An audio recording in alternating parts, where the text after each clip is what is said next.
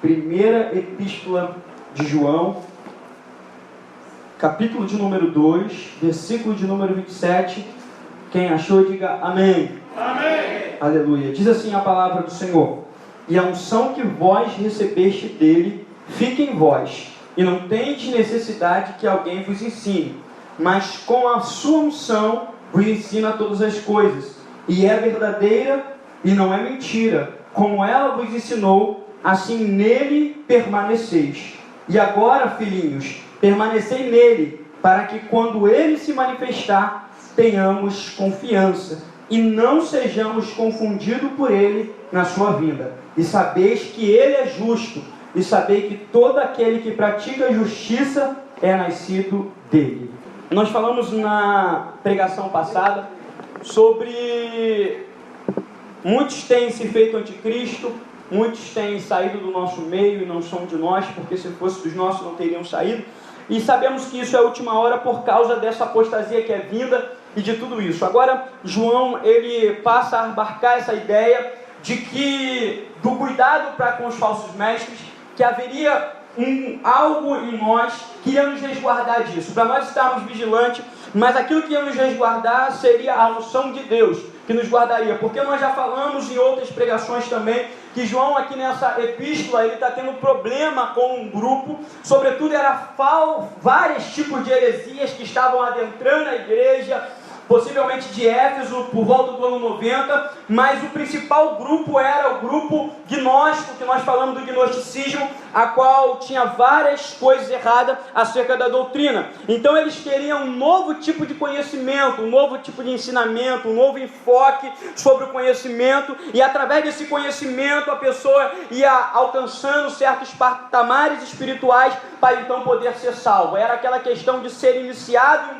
basicamente algo tirado de uma religião de mistério grega, que a pessoa era iniciada e ela ia crescer, para então ser salva, e pelo conhecimento, negando aí a humanidade de Cristo e vários fatores. Já vemos isso, mas agora esse versículo nos chama bastante atenção, e sobretudo marca muito a minha vida esse versículo, apesar de eu nunca ter pregado sobre ele, mas já falei algumas coisas aqui na igreja, porque quando fazer isso como uma pequena introdução, quando eu conheci ao Senhor Jesus, quando o Senhor me chamou das trevas para a sua maravilhosa luz, foi bem algo do jeito que o Nilson cantou aqui, e eu fui bastante tocado por esse louvor. Foi algo bem miraculoso mesmo. Quando eu estava em um momento de depressão, de tristeza, querendo tirar minha vida, em uma situação muito complicada, o Senhor me alcançou com a sua graça maravilhosa, e ali, quando eu fui tocado pelo Espírito Santo de Deus, e Deus me fez uma nova criatura, ao passo que eu fazia várias coisas erradas, eu peguei tudo aquilo que era errado na minha vida, eu fiz uma pilha de fogo e queimei todos os CDs, todos os jogos, eu tinha uma pasta gigante de infinitos jogos, de computador e de videogame que eu jogava madrugadas e madrugadas a fim, virando a maioria dos jogos que vocês puderem imaginar, filmes, todo aquele DVD de música mundana, tudo que era contrário ao Senhor, eu queimei naquela pilha, camisas com caveira, qualquer tipo de coisa, eu deixei tudo aquilo ali, e Deus então operou uma mudança na minha vida, uma mudança muito forte.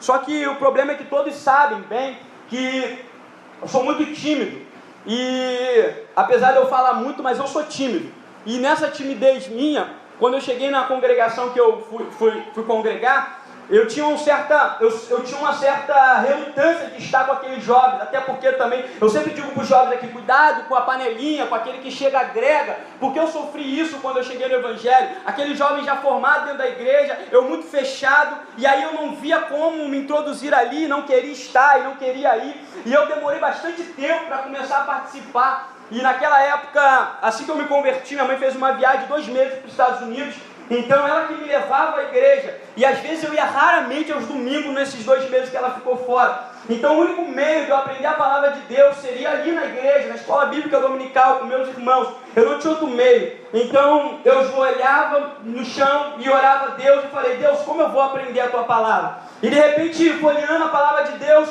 eu vi esse versículo, o Espírito Santo falou comigo, assim você vai aprender a palavra de Deus, eu vou te ensinar, você vai ler e eu vou te ensinar. Irmão, eu passava horas afins, horas, eu digo muitas horas, eu pegava o livro de Jeremias, assim, e acabava em um instante de ler, assim, sem parar, 50 capítulos, e eu lia, relia. Quando eu comecei a contar o tempo que eu estava lendo a Bíblia, eu lia em 5 meses, quando eu comecei a contar, mas antes de contar, eu já havia revirado a Bíblia de cabeça para baixo, de um lado para o outro, e eu falava, Deus me ensina, e o Espírito Santo de Deus começou a me ensinar as verdades da Escritura, começou a me mostrar as coisas da palavra de Deus, ao ponto de que quando eu ia naquela congregação, e eu via algumas coisas, eu voltava para casa e falava assim, mãe, tem algumas coisas que não estão conforme a palavra. Ela, calma meu filho, não seja tão radical, é assim mesmo, as coisas são assim, o culto é assim. Eu falo, não mãe, olha, a Bíblia está dizendo uma coisa, aqui está acontecendo outra.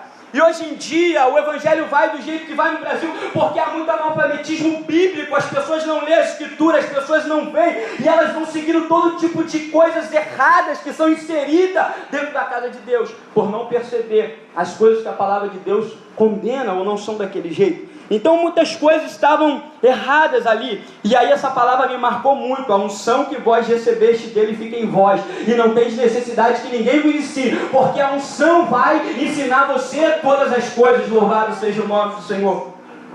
Só que é interessante nós tentarmos entender isso aqui, porque nós temos duas coisas aqui, e aí eu vou entrando devagar. Nós podemos também fazer um mau uso dessa palavra, um mau uso de que eu não preciso estudar em qualquer lugar e achar que simplesmente o Espírito Santo vai ensinar tudo e agora você vai receber tudo por revelação. Também não quer dizer isso. Nós vamos entender isso. Nós vamos entender o que quer dizer essa palavra. Primeiro, a unção que vós recebeste dele. Vamos fazer a pergunta para o texto. O que é unção? O que é unção? O que você acha que é unção? Unção seria o que aqui que João está dizendo para nós? A unção que recebemos dele é o que? A unção que você vai na frente e o pastor te unge com óleo? Esse tipo de unção? Não, esse tipo é só um símbolo.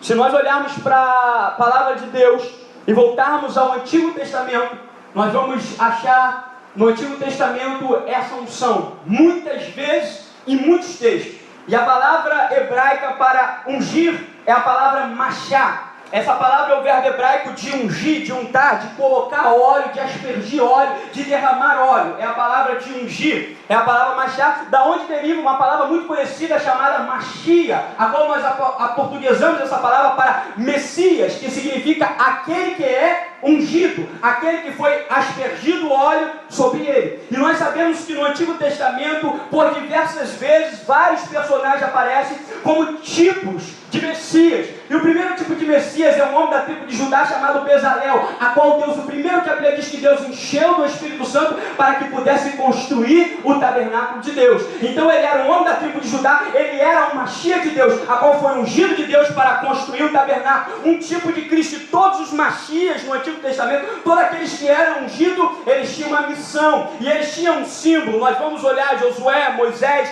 cada um deles, Davi, e vamos ver esta unção. Por quê? Quando Deus queria fazer algo específico no Antigo Testamento, ele mandava fazer isso, ungir a pessoa para que ela recebesse um revestimento do Espírito Santo para cumprir determinado tipo de missão. Esses eram os Machias que existem no Antigo Testamento. Então nós vamos olhar e nós vamos ver que Deus manda Moisés ungir Arão e os sacerdotes. Todos os sacerdotes eles eram ungidos, era derramado sobre eles o azeite da unção para eles receber esse óleo, receber esse revestimento de Deus para poder então fazer esta obra. Nós vamos ver também que os reis eram ungidos para poder fazer, cumprir a missão real, ser um bom rei. Israel, ele recebia a unção. Assim aconteceu com Saul, assim aconteceu com Davi. Nós sabemos que uma das mensagens mais pregadas na Bíblia, que todo mundo conhece, não preciso narrar, quando Samuel ele vai até a casa de Jessé e ele vai escolher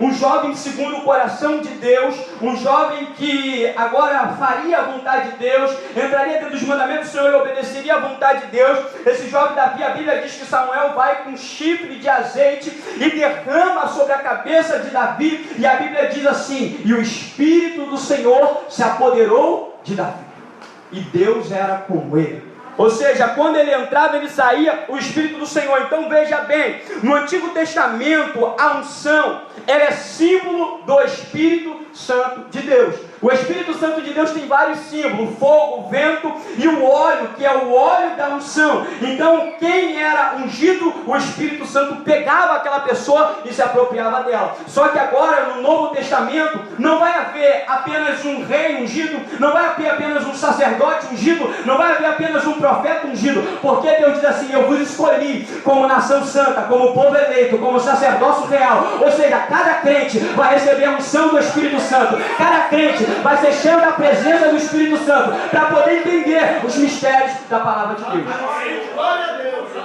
Cada crente vai ser um sacerdote que vai ensinar e vai aprender, porque a unção vai estar nele, a presença de Deus vai estar nele. E aí nós temos dois tipos de ensino: o ensino externo e o ensino interno. O ensino externo, o pastor, o mestre dá, mas o ensino interno é só o Espírito Santo, que testifica e confere a verdade no coração de cada crente, porque nós sabemos que o Espírito de Deus testifica com o nosso espírito de que nós somos filhos de Deus. Bendito seja o nome.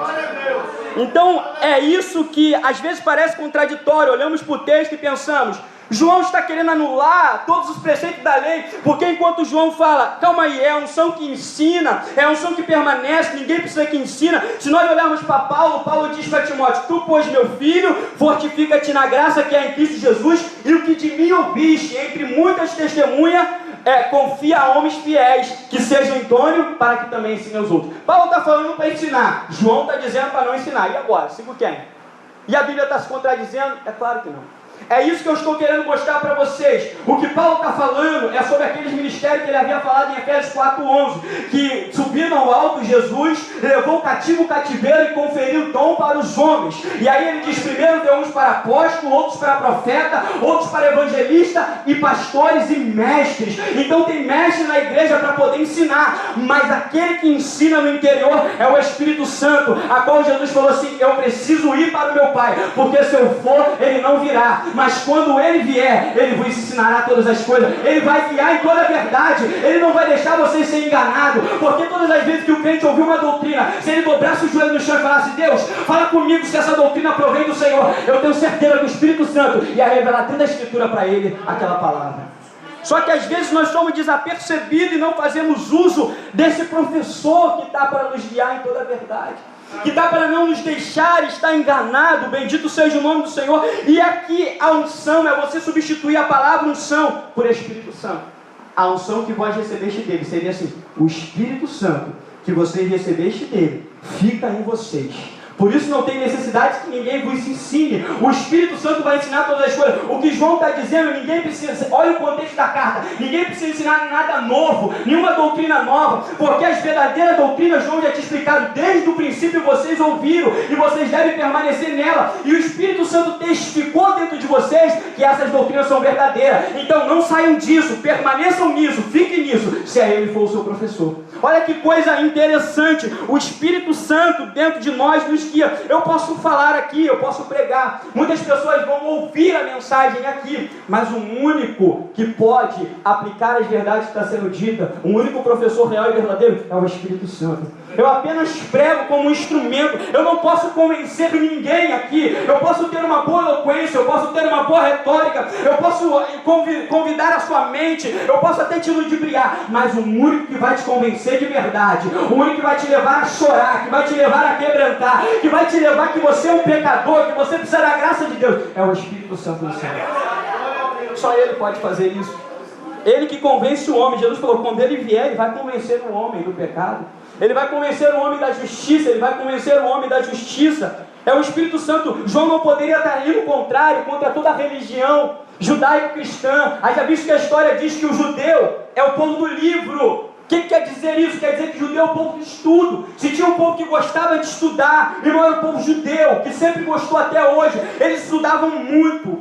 Eu sempre digo isso, qualquer criança de 13 anos engole qualquer um de nós na palavra, na Bíblia, na Torá, porque eles crescem aprendendo. Desde os 5 anos ele começa a aprender a ler na Torá, e ele vai lendo. Eu digo um religioso aplicado, lendo. Quando chega aos 13 anos, ele faz a primeira pregação dele. e é uma pregação boa, não é uma pregação qualquer, conhecendo as coisas da Bíblia. Então eles são o povo do livro. A palavra Torá, que hoje nós conhecemos como Pentateuco, os 5 primeiros livros, a gente fala como lei, né? Lei de Moisés, o Pentateuco. Mas a palavra Torá, ela nunca tinha sentido como lei, como temos agora. Essa palavra primeiro significa ensino. Então, ou seja, a palavra de Deus é a palavra de ensino. Jesus era mestre entre nós. Jesus pregava ensinando a palavra de Deus. Então, João não pode estar indo contrário a todos esses princípios. O que João está dizendo é que existe um professor interno que testifica e nos guia em toda a verdade, mas que o homem deve estudar, deve buscar conhecimento geográfico, histórico, conhecimento religioso, tudo isso para conhecer a palavra de Deus.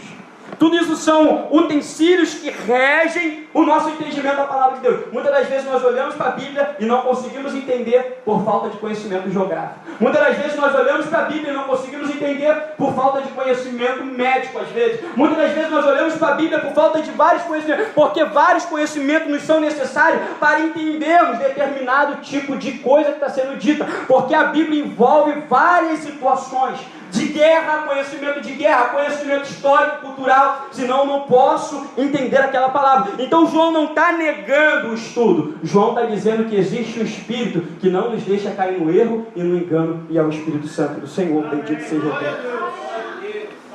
A questão é o som das nossas palavras chega no ouvido, mas o que eu disse, o verdadeiro mestre está dentro de você, é Jesus.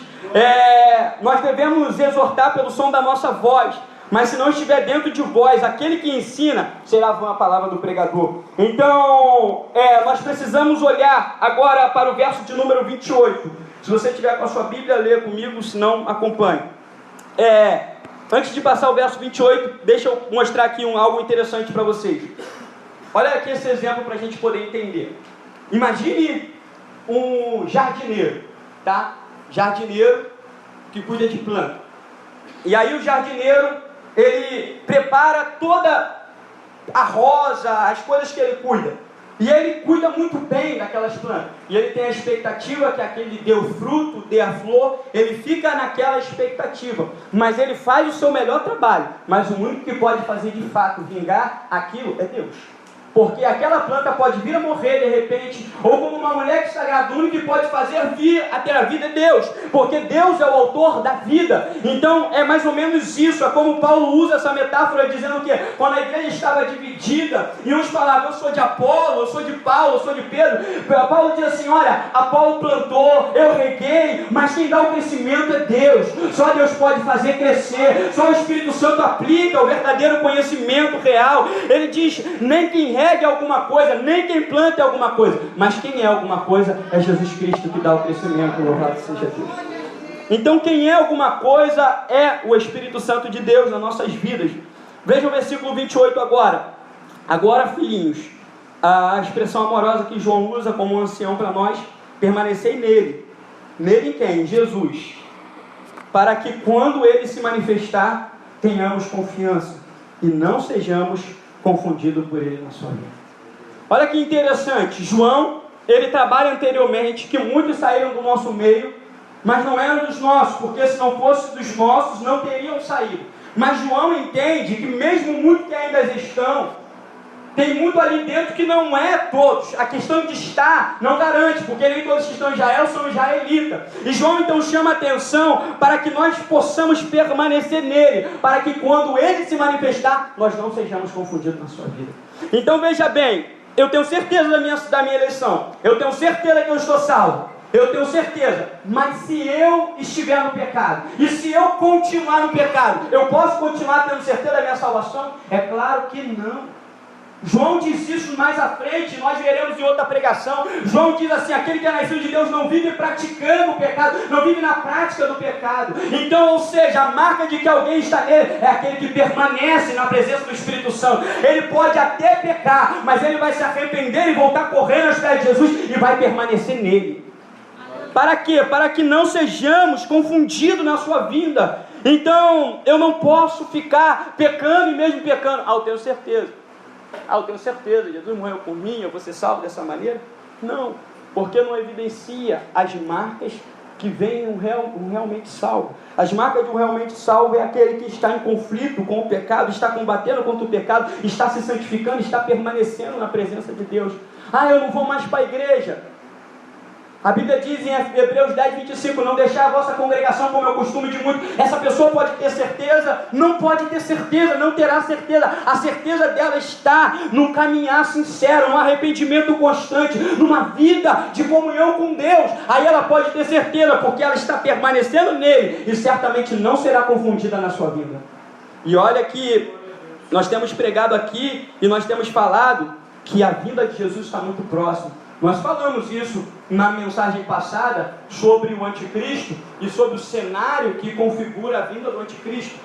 E vocês viram como está muito perto disso acontecer, porque se está montado o cenário que configura a vida do anticristo, é sinal que está montado o cenário do arrebatamento, porque o único que o detém, nós falamos, é o Espírito Santo, e quando o Espírito Santo for tirado, ele vai se manifestar. Se já está quase tudo pronto para o anticristo se manifestar, está quase tudo pronto para Jesus vir, ou melhor, está tudo pronto, precisando só o toque da trombeta. Então a Bíblia diz que vai aparecer o sinal no céu do Filho do Homem, e ele virá com poder e grande glória, e todas as tribos da terra se lamentarão sobre ele, e verão o Filho do Homem vindo nas nuvens. E por que as tribos da terra vão se lamentar sobre ele? Porque serão confundidos na sua vida. Aqueles que estão preocupados em conquistar, em crescer, aqueles que estão amando o mundo, aqueles que estão seguindo as modas do mundo, aqueles que estão vivendo na carne, aqueles que estão vivendo em pecado, todos esses vão se lamentar sobre ele. Ou seja, vão dizer assim: foi pregado tanto para nós, mas nós não acreditamos, mas nós não quisemos dar ouvido, e serão completamente confundidos na sua vida. É isso que João está falando para nós não estarmos voltados para o mundo, para nós não sairmos naquilo em que fomos alcançados, naquilo em que fomos tomados para Deus. Pode ver que quando o cristão ele entra no Evangelho, o que acontece com ele? Acontece algo que nós chamamos de quê? Primeiro amor. E no primeiro amor, como o cristão é? Todo mundo já passou por algo assim. Todo mundo que já experimentou algo de Deus já passou por algo assim. Deus dá uma experiência tão dramática ao cristão, para ele viver tendo saudade daquilo, para ele correr a vida inteira atrás de voltar ao primeiro amor. E certo que você deve viver assim, porque Deus diz, aquela igreja de Éfeso: eu tenho porém contra ti que deixaste o teu primeiro amor. Deus marca a sua vida, enquanto você orava na madrugada, enquanto você ia ao monte, enquanto você não media tempo do culto, enquanto você evangelizava, enquanto você buscava, e tudo era ânimo, força, fogo na sua vida. Mas de repente isso passou. João está dizendo: vocês não podem se remover disso, volte e permaneça nisso, na unção de Deus. Para quê? Para que nós não sejamos confundidos na sua vida, porque Apocalipse 1 diz: eis que vem com as nuvens, e todo olho verá, até mesmo que os transpassaram, e todas as tribos da terra se lamentarão sobre ele. Sim, amém. Jesus disse: eu sou o alfa e o ômega, o princípio e o fim, diz o Senhor, o que é, o que era, o que há de vir, por Todo-Poderoso. Amém. Glória a Deus. A vinda do Senhor será como um ladrão. Paulo diz isso aos Tessalonicenses: porque vós sabeis muito bem que o dia do Senhor virá como um ladrão. Se o pai de família, disse Jesus, soubesse a hora que o ladrão há de vir, ele comprava uma escopeta e ficava acordado. Se ele soubesse, ele chamaria a polícia para montar guarda na casa dele. Se ele soubesse, ele estaria preparado. Mas Jesus diz que a sua vinda será como um ladrão. Um ladrão que vem na meia-noite e sorrateiramente leva. E quando nós não percebemos, o ladrão já roubou aquilo que deve ser levado. Jesus ele está dizendo para nós que ele vai vir no momento e numa hora que ninguém espera. No momento e numa hora caótica, ele vai tomar a sua igreja. E para que nós não sejamos confundidos na sua vida, devemos permanecer na verdade do Evangelho que recebemos da palavra. Eu conversava com a missionária Angeline no início do culto. E engraçado que quando eu olhei para a palavra de início, Deus começou a me mostrar coisas na palavra, quando o Senhor estava me ensinando. E muitas das coisas faziam fazer comparação entre a igreja de Atos 2 e a igreja moderna. É inevitável, Deus nos deu um modelo. E quando eu fazia essa comparação, até mesmo quando eu comecei a estudar, meu professor falava assim: não, Leandro, é outra época, é outro tempo, é outra igreja, é outra configuração, não tem nada disso. E eu olhava assim, eu falava assim: tá bom, professor, eu sei que nós nunca vamos chegar no nível daquela igreja. Ele dizendo, não era uma igreja perfeita, você olha para a igreja e acha que ela era perfeita, ela tinha seus erros. Eu falei, eu sei, professor, eu sei dos erros que ela tinha. Pedro tentando segregar com o judaizante, Paulo resistindo na cara, ou então dividindo as cestas básicas, preferiu a judia ao invés da igreja, da grega. Onde tiver homem não haverá perfeição. Mas uma coisa nós temos que ser sinceros, professor, nós estamos muito aquém daquela igreja que existiu no passado. Nós estamos muito longe daquela igreja neotestamentária. E aí hoje eu ligo a minha internet, vou olhar. Um grande pregador chamado Leonard Ravenhill, a sua especialidade é fazer comparação entre a igreja primitiva e a igreja moderna. E aí nós choramos de tristeza ao ver aquele homem de Deus falar que realmente a igreja moderna está muito distante daquela verdade neotestamentária. Aonde Pedro pega um sermão e 3.000 almas se convertem. Nós pregamos 3.000 e nenhuma alma se converte. Aonde que a igreja, ele fala, a igreja moderna, ela é eletrônica. E aí ele diz, é uma igreja que está nos seus WhatsApp, nos seus Facebook, está em toda a sua tecnologia. Mas ele diz, mas a igreja neotestamentária era uma igreja eletrizante. O Espírito Santo via sobre aquela igreja. Os crentes eram cheios do Espírito Santo e a palavra era pregada. Uma diferença muito gritante, e é isso que nós devemos olhar e voltar. Não que nós talvez vamos alcançar aquela unção, Deus estava fundando a igreja e haviam vários milagres extraordinários, mas uma coisa é certa, nós estamos muito aquém da verdade bíblica que Deus tem para nós. E todas as vezes que uma pessoa vem com isso, um pouco de história mostra que é possível. Não, pastor, há 2.000 anos atrás, não precisamos ir tão longe. Nós podemos ir no século 17, nós podemos ir no século 16, no século 17, podemos ir em todos os séculos consecutivos. Deus teve homens queimando pela igreja, chorando, pagando o preço pela igreja. Hoje em dia ainda tem países que estão em chamas no Evangelho, igrejas que estão avivadas pelo poder de Deus, e essa é a marca que Deus quer para nós, e é isso que João está dizendo, é nesse cristianismo que nós temos que permanecer. Se somos fracos, temos que confessar os nossos pecados, se não temos orado, temos que confessar o nosso pecado, se não temos adorado a Deus como deveria, temos que confessar o nosso pecado, mas esse é um modelo para nós. Não tem outro modelo, não tem outra escritura. Essa escritura é essa. Uma verdadeira escritura, não tem outro modelo. Homens que deram a vida. Aí vocês falam, não, 3.000 pessoas se converteram, pastor. Impossível. Irmãos, quando George Whitefield e John Wesley pregavam, só o homem se colocar de pé em uma praça para pregar, reunia-se 25.000 pessoas para ouvir o Evangelho. E quantas pessoas eram tocadas e convertidas? Não sabemos, isso não era tocado. Mas nós sabemos que havia muita conversão na Inglaterra no século XVII. Nós podemos olhar o século XIX também, Leonard Ravenhill, outros homens, o avivamento galês, coisas que aconteceram, homens que derramaram a sua alma. Então o Senhor está nos chamando, a igreja do Senhor Jesus no século XXI, para estarmos preparados, porque a sua vida é próxima, e nós temos que nos voltar à oração, nos voltar à prática da palavra, e nos apegar ao Espírito Santo, nosso verdadeiro professor. Temos que voltar para isso. Para fecharmos, o versículo 5, o versículo 29, perdão, tópico 5. E sabeis que ele é justo, e sabeis que todo aquele que pratica a justiça é nascido dele. Nós já falamos sobre a justiça de Jesus em outros textos, e todas as vezes que algo é repetido, eu não torno a falar, porque nós estamos fazendo uma mensagem positiva, senão eu repetir todos os termos todas as vezes que aparecesse. Mas nós falamos do seu nascimento virginal, nós falamos de todas as coisas aqui. Ele é justo, e todo aquele que pratica a justiça é nascido dele. João está dizendo que existe uma marca no que é nascido. E o que é nascido é evidenciado por algo. E esse algo é a justiça. Nós, por nós mesmos, nosso irmão Nilson ficou muito feliz em colocar aqui um texto que gostamos muito, toda a igreja. Eu via quando a irmã Janine regozijava a leitura do texto, que o nosso irmão Nilson leu, Efésios 2. Ele vos deu vida quando vocês estavam mortos desse pecado. Quando vocês faziam a vontade da carne, os pensamentos eram por natureza filho da ira, como também os demais. Então, fazemos a vontade da carne e dos pensamentos, guiado pelos príncipes da potestade do ar, que opera nos filhos da desobediência. Nós tínhamos uma vontade, e esta vontade, ela era voltada para o pecado, e essa vontade era voltada para as coisas erradas. Só que João está dizendo o seguinte: nós não podemos praticar justiça sem que Jesus Cristo não transforme a nossa vida.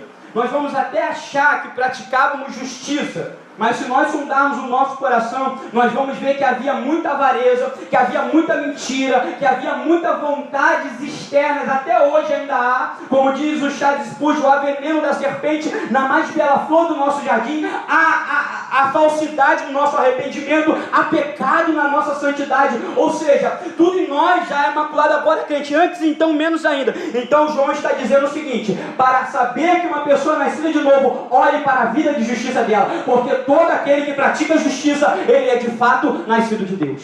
Amém. Glória a Deus. Aquele que pratica o que é justo é nascido de Deus. E aí está, Lutero descobriu isso, Paulo escreveu isso. De fé em fé se descobre a justiça de Deus. Ou seja, como eu posso praticar a justiça? Irmão, só vivendo pela fé, só me agarrando pela fé à cruz de Cristo, só me agarrando pela fé aos méritos do Salvador, só me agarrando em Cristo, porque sem Cristo eu não posso praticar essa justiça, sem Cristo eu não posso ser justo, sem Cristo eu não posso ser honesto, sem Cristo eu não posso ser sincero, sem Cristo eu não posso ser bom. Ou seja, tudo dele, para ele, e a glória é dele. Louvado seja o nome do Senhor. Amém. Glória a Deus. Você só vai olhar o pastor Leandro fazendo as coisas ali, o pastor Leandro é uma bênção, porque Cristo está em mim. Se Cristo sair, você vai ver quão mal e perverso é o meu coração. Você vai ver o que está enraizado na minha carne, que ainda não foi transformada, ou na carne de qualquer um. É por isso que eu não me espanto quando alguém diz: alguém ali pecou, outra ali pecou, porque o nosso coração é mau, e nós pregamos isso aqui o tempo todo, e às vezes não caímos e atinamos para isso. Ou seja, eu só posso praticar justiça se eu permanecer em Jesus Cristo, se eu andar pela fé, se eu continuar andando pela fé. Qual é a vitória que vence o mundo? É a nossa fé. Ou seja, eu só pratico justiça, eu só ando em justiça, eu só vivo em justiça pela fé em Jesus Cristo, pela fé no Senhor Jesus. E aí João diz assim: o que pratica a justiça é nascido dele. Ele volta e remonta João 3, que ele havia narrado o fato de Jesus com Nicodemos. Ou seja, Nicodemos aparentemente pensava que fazia justiça guardando toda a lei, guardando todas as instruções, tentando guardar da sua maneira. E Nicodemos crente que era um salvo, mas quando ele chega diante de Jesus, Jesus diz assim: Nicodemos, você tem que nascer de novo, você tem que nascer da água do Espírito para poder fazer justiça de verdade. O que você acha que você faz como justiça não é justiça, Nicodemos, porque só um coração nascido de novo pratica a justiça. Porque o que é nascido da carne é carnal e pratica as obras carnais. E as obras da carne são o quê? Prostituição, inveja, homicídio, lascívia, sensualidade. Todas essas coisas são obras da carne. Jesus está dizendo: você pratica essas coisas carnais, mas aquele que é nascido do Espírito é nascido do alto. Esse sim pratica a justiça de Deus. Amém. Glória a Deus. Então João está dizendo isso: aquele que pratica a justiça é nascido de Deus. Eu só posso praticar a justiça se Cristo vier arrancar o meu coração de pedra, se Cristo vier colocar uma água pura sobre mim, tirar toda a minha imundícia, se Cristo vier colocar dentro de mim um coração de carne transformado, se Cristo me colocar no seu caminho, para que eu possa praticar a justiça, e eu vou viver uma vida dependente do Senhor Jesus. Glória a Deus. Independência do cristão leva ele ao fracasso e à queda. Se afastar de Cristo e da dependência de Cristo e da fé leva ele a muitos fracassos na sua vida. Leva ele a ser atraído pelo pecado, leva ele a ser engodado pelo pecado, leva ele a ser abraçado pelo pecado. Sabe por quê? Porque é maldito o homem que confia no homem. O homem que faz o seu braço e a sua força. A gente olha para isso e a gente pensa assim, a gente sempre fala em relação de negócios, em eu confiar em alguém. Você mesmo. Quando você olhar para esse versículo de Jeremias, maldito o homem que confia no homem, Jeremias está dizendo assim: maldito é você mesmo quando confia em você mesmo. Quando você confia no seu coração, que é enganoso mais do que todas as coisas, quando você pensa assim, não, eu vou bem, eu penso essa dificuldade, afinal de contas eu conheço todas as doutrinas, eu conheço as folhas da Bíblia, e quando você não se humilha aos pés do Senhor, e quando você não chora aos pés do Senhor, e quando você não é dependente de Deus através da oração, toda maldade entra dentro do teu coração, e você percebe quanto mal você é. Um grande pregador dos Estados Unidos falou algo que me chamou a atenção, David Wilson. Ele era um grande pregador. Eu gosto da história dele, que ele estava na Pensilvânia, chorando e orando para Deus. E ele fala que ele foi para Nova York. E diferente de hoje, dos pregadores modernos que querem fama, ele falou assim, quando eu fui para Nova York, eu não fui fundar uma igreja ali, fundar um ministério ali, apesar de ter acontecido. Ele falou assim, eu fui chorar pelas almas dos jovens que estavam morrendo, de crack, de drogas naquele lugar. E ele falou que ele sentou na 7ª Avenida e chorou. E Deus fez um grande ministério com a vida do David Wilson, o Desafio Jovem. E ele se tornou um pastor conhecido, famoso, porque o maior traficante de Brooklyn se converteu através da sua pregação. E ele ficou conhecido e saiu filme. E ele falou que ele viajava os Estados Unidos inteiro para poder pregar a palavra de Deus.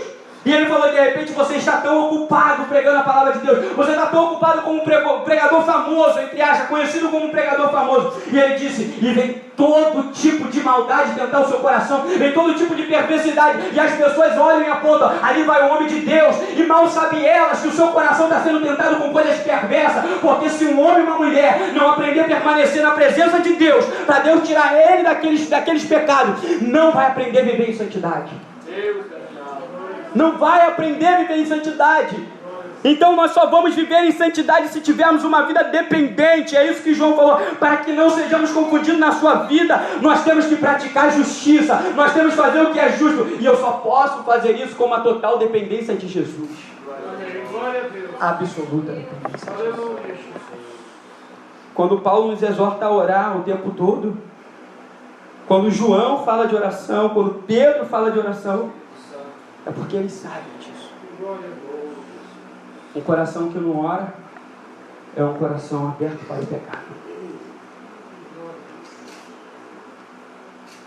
Precisamos estar no lugar secreto de oração e pedir que Deus proteja o nosso coração. Pedir que Deus guarde o nosso coração de tudo que é perverso, de tudo que é mal. O diabo sabe o nosso ponto fraco. E o apóstolo Paulo disse, eu temo como a serpente enganou Adão e Eva, ela vos engane também. O diabo não desiste, ele está ao nosso derredor procurando uma brecha, e o cristão deve estar em oração, resistindo firme na fé ao diabo, e ele vai fugir. Sabeis que aquele que é justo pratica a justiça, e esse é nascido dele. Fica de pé nessa noite. A marca do nascido dele é que pratica a justiça. E você não pode praticar a justiça sem a fé. E você não pode ter fé sem a oração e sem a palavra. Feche seus olhos, eu quero orar por você. Eu quero pedir que o Espírito Santo de Deus possa te fortalecer nessa noite. Bendito seja Deus. Temos a unção do Santo. E a unção do Santo está aqui e nos ensina todas as coisas. E uma das principais coisas que o Espírito Santo nos ensina é que somos pecadores e dependentes de Jesus Cristo. Eu acho que essa é a principal verdade que o Espírito Santo aplica ao meu coração. Que eu sou completamente dependente de Jesus. Completamente dependente da graça de Jesus. Por isso que Jesus disse, sem mim, nada vocês podeis fazer. Ou nós estamos na videira, ligado nela, ou não temos frutos. E toda árvore que não dá bom fruto, ela é o que? Cortada e lançada no fogo. Para que não sejamos enganados na sua vida, devemos regar a nossa vida pela oração e pela palavra. E nisso, chame ao Senhor Jesus. Chame o seu ajudador, o seu Espírito Santo nessa noite, para te ajudar aqui. Amado Senhor Deus, somos fracos, tu sabes.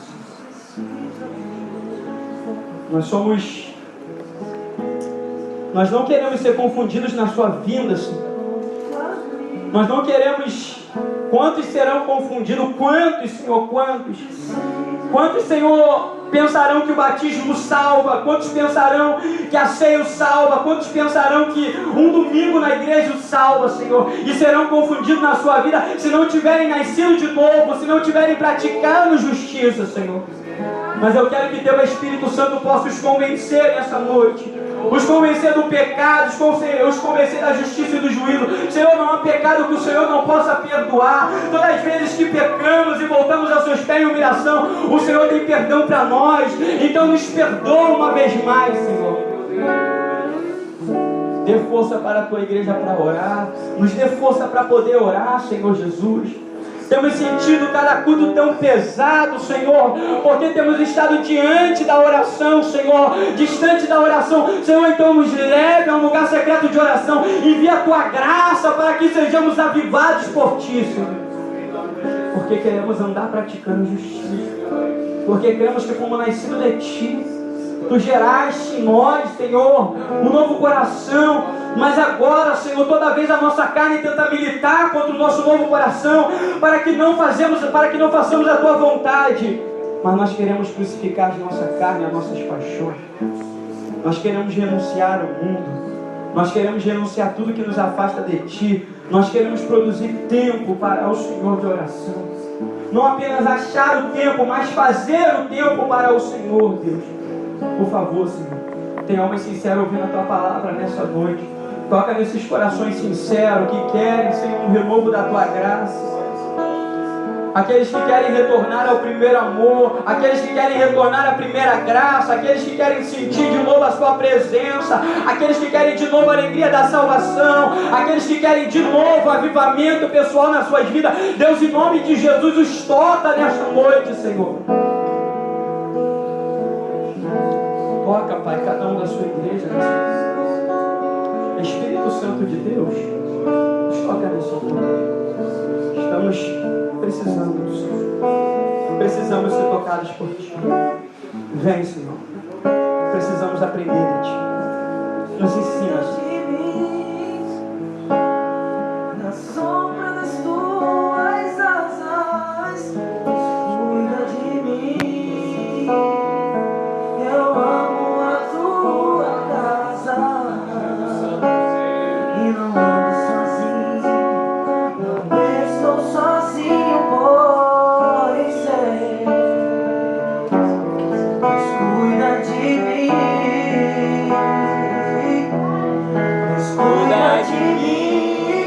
Tu cuida de mim. Na sombra das Tuas asas, Deus cuida de mim. Eu amo a Sua casa e não ando sozinho, não estou sozinho, pois sei. Deus cuida de mim. Se na vida não tem direção, eu preciso tomar decisão. Eu sei que existe alguém que me ama. Aleluia, Deus. Ele quer me dar a mão. Se uma porta se fecha aqui, outras portas se abrem ali. Oh, eu preciso aprender mais de Deus, porque Ele é quem cuida de mim. Deus cuida de mim. Deus cuida de mim. Deus cuida de mim. Na sombra das Tuas asas, Deus cuida de mim. Eu amo a Sua casa e não ando sozinho, não estou sozinho, pois sei. Deus cuida de mim. Deus cuida de mim.